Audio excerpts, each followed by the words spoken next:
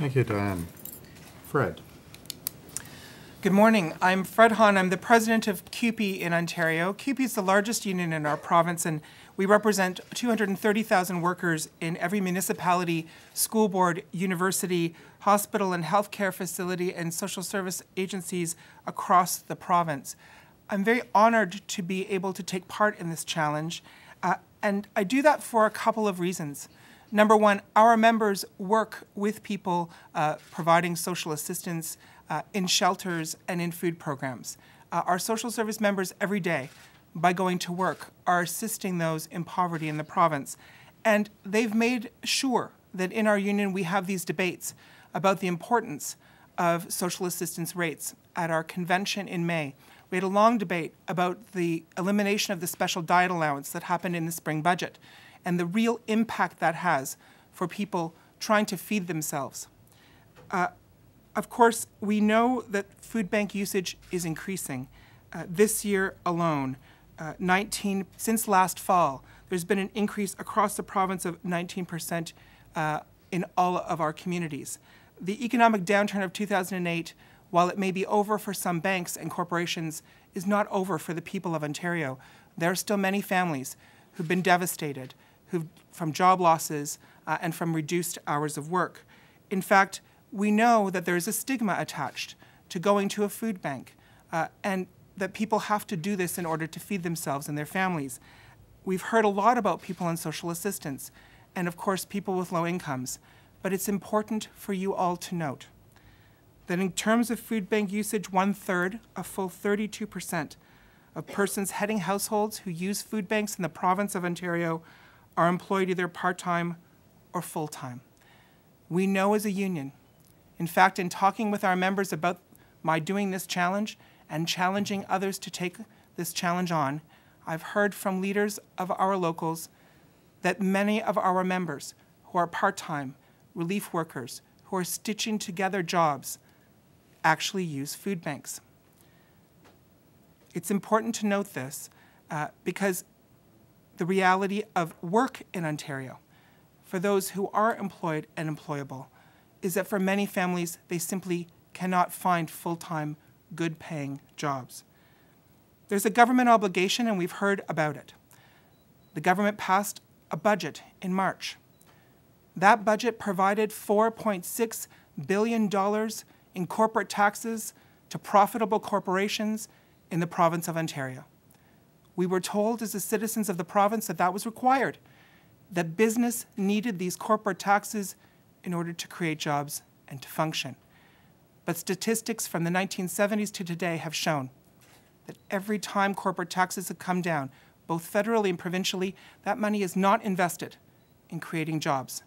It goes instead to profits. Business has the right to make profit, but government has the obligation to make sure that our resources are shared in such a way that no one in this province should have to go hungry.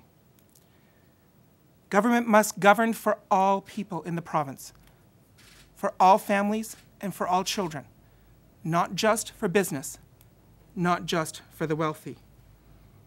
I'm very proud that a number of people from inside our organization have agreed to join this challenge. I'm proud to note that a number of people from the New Democratic Party's caucus have also agreed to take on this challenge. I think it's an important step for those of us who do not have to currently rely on food banks to walk a mile in the shoes of those who do. I want everyone to know that I was raised in a family that relied on social assistance, that without social assistance and food hampers from our community church, there were many times when our family would have gone hungry. That is something that people don't talk about. It's because there is stigma and shame. We must get over stigma and shame. We must have a government that does what's right. We must have a government that puts food into the budget and provides social assistance for people on social assistance that allow them to raise their families with dignity. And we must have a government that, instead of talking about cutting, creates jobs so that people can have full-time, good employment, so they can raise their families, so they no longer have to rely on food banks. This is our collective obligation. I'm glad, again, to be part of this challenge. I want you to see the food that I was able to collect from a program not far from my house, I was stunned to find in looking for a food bank that there are many just blocks from my home in downtown Toronto. They all had various hours and various restrictions, and based on my schedule, I was only able to attend one program at the Metropolitan United Church at Queen and Church Streets.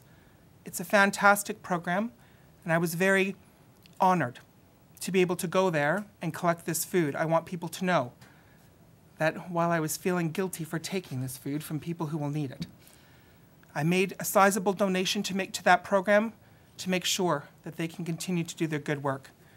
I want you also to know that I was told I was lucky to get plum sauce. There are families who find that lucky. It's not acceptable in the province of Ontario. We can do better than that. We need a government who will invest money to assist people who need it most, to make sure that we can all enjoy the benefits of this province. That's why I'm glad and again honored to be doing this challenge. I'll be traveling the province, as is my job this week, and in every community I go, Peterborough, Windsor, Ottawa, I will be meeting with people, I will be talking with them, I will be going to food programs, and I will be doing my best with our members to raise this issue, because that's what unions must do. We must represent our members absolutely. We must talk about jobs, but we must talk about social justice for all people in Ontario. And so I'm honored to be able to do that with all of you. Thank you very much.